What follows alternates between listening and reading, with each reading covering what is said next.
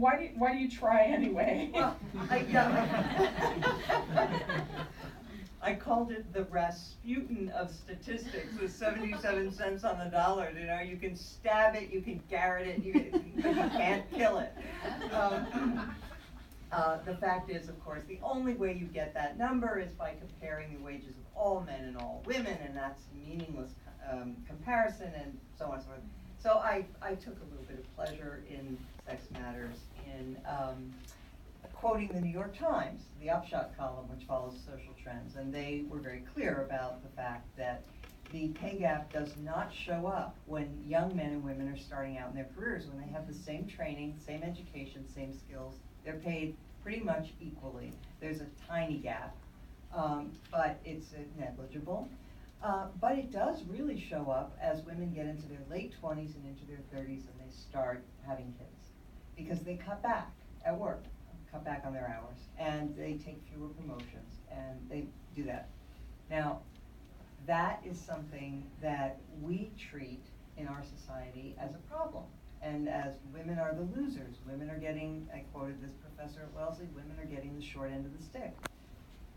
And as somebody who cut back herself when my children were young and chose to do it very happily and wouldn't frankly have had it any other way, if my husband had said, and I have no objection to couples where the husband wants to be the house husband and the woman wants to be the breadwinner, fine, as long as somebody's with the kids. But in my case, and I think in many people's cases, if my husband had said, you continue with your work, I'll be the house husband and take care of the kids, I would have said, well, no, I actually want to do that. You know, and I liked having that choice.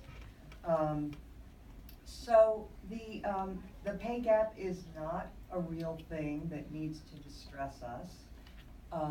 It is what should distress us, because usually this is the topic about, you know, the upper third of our society, people with college degrees or beyond, who are making work-life balance trade-offs about how much they want to work, how much they want to cut back when their kids are young. They're going to be fine.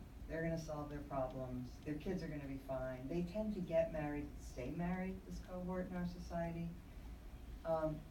The worrisome piece is the other people in our society, the less educated, who are not getting married, and are having kids, and are having multiple partners. And the United States has the dubious distinction now of leading the world in chaotic adult relationships.